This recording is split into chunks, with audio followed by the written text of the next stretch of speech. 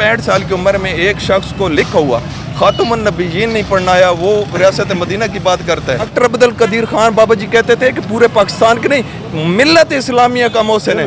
कोई गैरतमंद लीडर उसके जनाजे पर था। बात अगर रसूलुल्लाह की होगी तो हकीकत में मेरे अंदर खून भी खोलेगा और मैं वो करूँगा जो मुझे करना चाहिए, एक मुसलमान को करना चाहिए। कितनी गुस्ताखी है हजूर अकरम सल्लल्लाहु अलैहि वसल्लम की बात। ये इक़्तिदार में यार आपने एटम बम छुरली बना के रखे हुए हैं। कश्मीर में देख लें, इंडिया में मुसलमानों के साथ जो हालात हो रहे हैं, एक मुसलमान की गैरत जागती है, लेकिन इनकी गैरत नहीं जागी। इनमें गैरत इस्लाम है भी नहीं। अस्सलाम वालेकुम जी। भाई साहब, आप किसको सपोर्ट कर रहे हैं? अल्हम्दुलिल्लाह TLP को, तरीके लबैक पाकिस्तान को। अच्छा, क्या वजह है, क्यों तरीके लबैक को सपोर्ट कर रहे हैं? वो क्या हाफिज साद रिजवी साहब में क्या खूबी है कि जो दूसरे लीडरों में नहीं है? हमारा लीडर जो है ना वो चोर नहीं है, और दूसरी बात है उसने पूरे कुफार को ललकारा है। और दूसरी बात है कि हमारे बाबा जी कहते थे कि मरना तो वैसे ही है, क्यों ना थोड़ा चाज नाली मरिए। देखो ना, ये कहते हैं कि इस्लाम अमन का दर्ज देता है। बाबा जी कहते थे कि क्या बर्मा अमन की वजह से तबाह हुआ, अफगानिस्तान अमन की वजह से तबाह हुआ, शाम अमन की वजह से तबाह हुआ, इराक अमन की वजह से तबाह हुआ।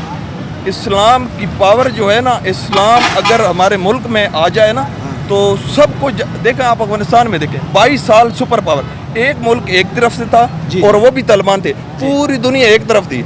उन्होंने आप इस्लाम की पावर बताइए। हम में इस्लाम सिर्फ बताने वाला लीडर नहीं है। इनके लीडर को 65 साल की उम्र में लिखा हुआ खातमुन नबीयीन नहीं पढ़ाया। वो जनाब मैं बता रहा है कि रियासत मदीना में सूद नहीं था, ये नवाज शरीफ के सिस्टम के खिलाफ था। इसने नवाज शरीफ के सिस्टम को बनाया हुआ था जो 20% पे आप कोई भी मालखाने से वो चीज़ ले सकते हैं। उसी मालखाने से इसने 10 करोड़ की घड़ी ली, 2 करोड़ में ली और 10 करोड़ की सेल कर दी। हालांकि तोहफा कोई गैरतमंद लीडर नहीं बेचता। आप अगर मुझे कोई तोहफा देते हैं तो मैं अगर मुझे में गैरत हो तो मैं उसको नहीं बेचता, क्योंकि हमारा जो तोहफा जाता है ना, अगर पाकिस्तान की तरफ से कोई जाता है किसी और मुल्क को, तो वो पूरी कास्ट पे जाता है ना, उसका तो मुनाफा इमरान खान को हुआ ना, मुल्क को तो नहीं हुआ। 4.25 साल में देख, डॉक्टर अब्दुल कदीर खान बाबा जी कहते थे कि पूरे पाकिस्तान के नहीं, मिल्लत इस्लामिया का मोहसिन है। कोई गैरतमंद लीडर उसके जनाजे पर था नहीं था। ये सब के वो खोते की तरह जो ज़ाहिर है, वो अगर उसमें जनाजे में जाते तो उनके जो मगरब वाले आका हैं वो नाराज हो जाते। ये तो सब लोगों को मालूम है। इनको यही पता नहीं है ना। आपको मालूम है कि जब हाफिज साद रिजवी साहब का इंटरव्यू था मुबशर लुकमान के साथ, तो मुबशर लुकमान ने भी यही सवाल किया कि भाई आप रियासत, आप ख़त्म नबुव्वत और नामूसी रसालत का नाम लेते हैं, तो इमरान भी रियासत मदीना का नाम लेता है, तो फिर इसमें बुराई क्या है? तो हाफिज साद रिजवी साहब ने कितना खूबसूरत जवाब दिया था कि जब आदमी कुर्सी पे होता है तब ललकारा जाता है। लेकिन ये भाई PTI के खड़े हैं, ये कहता है कि हम इमरान खान को सपोर्ट करते हैं, लेकिन इनको इतना मालूम नहीं है कि अभी मैं इससे बार बार क्वेश्चन किया कि भाई आप इमरान खान को क्यों सपोर्ट करते हैं और उसने अमेरिका को कब और क्यों ललकारा, तो इसको मालूम नहीं था। बस सिर्फ वो ये कह रहा था कि बाजी इमरान खान अच्छा है। इसको ये मालूम होना चाहिए कि चंद महीने पहले फ्रांस में गुस्ताखी होती है। आप माशाल्लाह मुसलमान हैं, इस्लामी मुल्क में रहते हैं, फ्रांस में गुस्ताखी होती है। नबी अकरम सल्लल्लाहु अलैहि वसल्लम ने फरमाया है कि अगर कोई भी आदमी अपने माल, जान, माँ बाप, बहन भाई से ज़्यादा मेरे से मोहब्बत नहीं करता है तो उसका ईमान भी कामिल नहीं है। तो इमरान खान ने क्या कहा था कि हम फ्रांस के सफ़ीर को नहीं निकालते। ठीक है, उन लोगों ने गुस्ताखी किया है, सरकारी लेवल पे गुस्ताखी किया है, लेकिन नहीं निकालते क्यों? कि हम भूखे मर जाएंगे, यूरोपीय यूनियन हमसे नाराज़ हो जाएगी। तो ये बयानात आप लोगों ने इमरान खान के नहीं सुने, बस जो मालूम था उन्हें बता, यानी कि बस इतना मालूम है कि वो अच्छा आदमी है।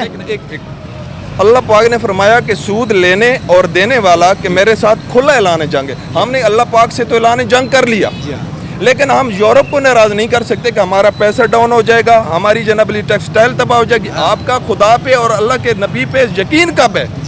आप हकीकत में खुदा पे यकीन करें।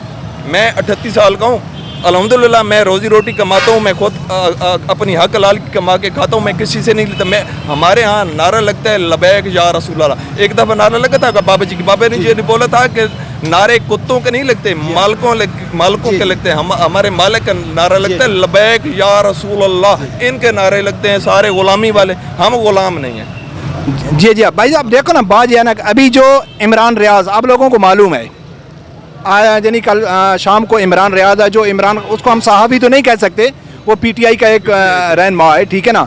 हो सकता है फ्यूचर में पीटीआई वाले उसको चेयरमैन बना लें, ये भी हो सकता है। तो उसको जब गिरफ़्तार किया गया तो पीटीआई जो दोस्त हैं उनको ज़्यादा तकलीफ़ हो रही है, और वो कहते हैं कि यार उसको गलत गिरफ़्तार किया। तो आप एज ए टीएलपी का सपोर्टर आप क्या समझते हैं कि इमरान रियाज ठीक गिरफ्तार हुआ है या उसको नहीं होना चाहिए? बिल्कुल ठीक है, वो पीटीआई को सपोर्ट करता है। देखे ना, हमारा जो सिस्टम है ना, हम पे तो बिल्कुल पाबंदी, एक सांस लेने पे इन्होंने पाबंदी नहीं ली, वो अल्लाह पाक हमें दे रहा है। लेकिन पीटीआई और नून लीग ने तो इतने शैल पाकिस्तान की 75 साल तारीख में हकीकत में खुदा गवाए नहीं देखे। पीटीआई ने तेजाबगर्दी की, हेलीकॉप्टर से शेलिंग की, और उसके बाद जनाब अली इन्होंने माह रमज़ान जो बंदे उन्होंने रोज़ा रखा हुआ था, रोज़े के दौरान बंदों को गोलियां मारी। और इसके अलावा इनकी जो प्लानिंग थी, इन्होंने पूरे पंजाब की खटारा गाड़ियां जो पंजाब पुलिस की हैं उस रूट पे खड़ी कर दी थी कि इनको आग लगा के दहशतगर्दी के पर्चे डाल देंगे। अल्हम्दुलिल्लाह टीएलपी आज भी वहीं खड़ी है। हमने सबको बताया कि नामूस पे जो मिटते हैं उनको कोई नहीं झुका सकता, कोई नहीं झुका सकता। जी हाँ, यही इमरान रियाज साहब, मैं इसकी वीडियो देख रहा था कि जब टीएलपी वालों को गिरफ़्तार किया गया इमरान खान की हुकूमत में, तो ये टीवी में बैठ के ये कह रहा था कि ये शरपसंद हैं, ये फसादी हैं, इनकी जो गिरफ्तारियाँ हो रही हैं ना अच्छी हो रही हैं, इनको इबरत का निशान बनाना चाहिए। तो इस हवाले से आप क्या कहेंगे? ये जो अभी इमरान रियाज के साथ हुआ है, ये मकाफात अमल है।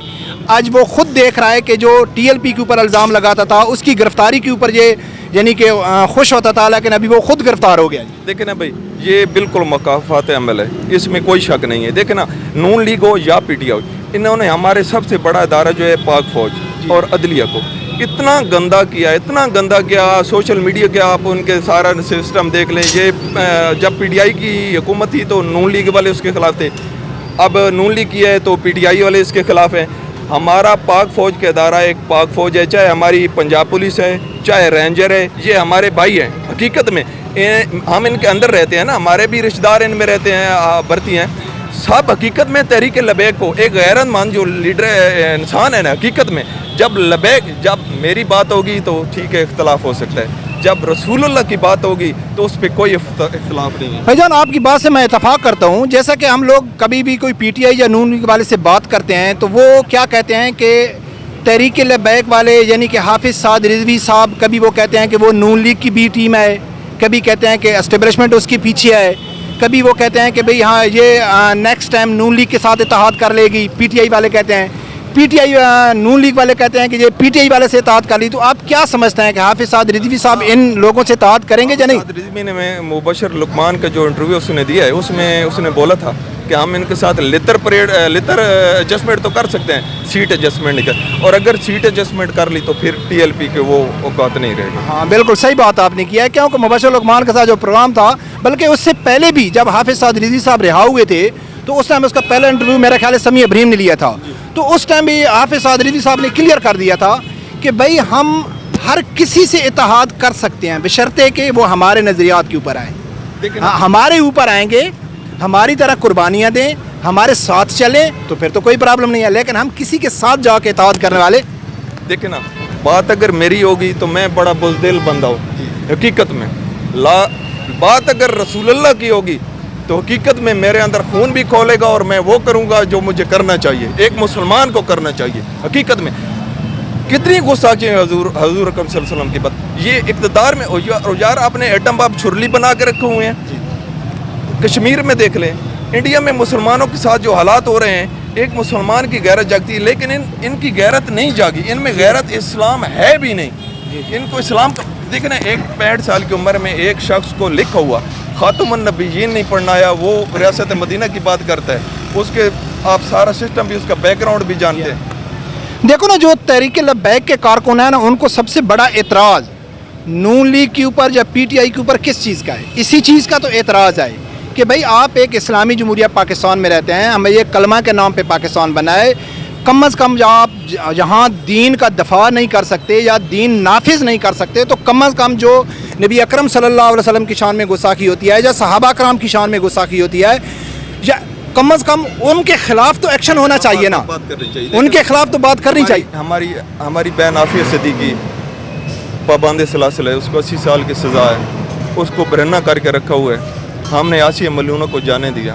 पूरी टीएलपी की क़यादत को पाबंद कर दिया कि उनको पता है कि इसके अलावा आवाम में गैरत है ही नहीं, इसके अलावा निकलना ही किसी नहीं है, क्योंकि सिर्फ ये बात टीएलपी कोई तकलीफ दे रही थी। उन्होंने उसको पाबंद करके आसिया मलूनों को चार्टर, और वहाँ फराज पे बैठ के वो हमारा तमाशा बना रही है कि क्या कर लिया हम आपने, मैं ये आ गई।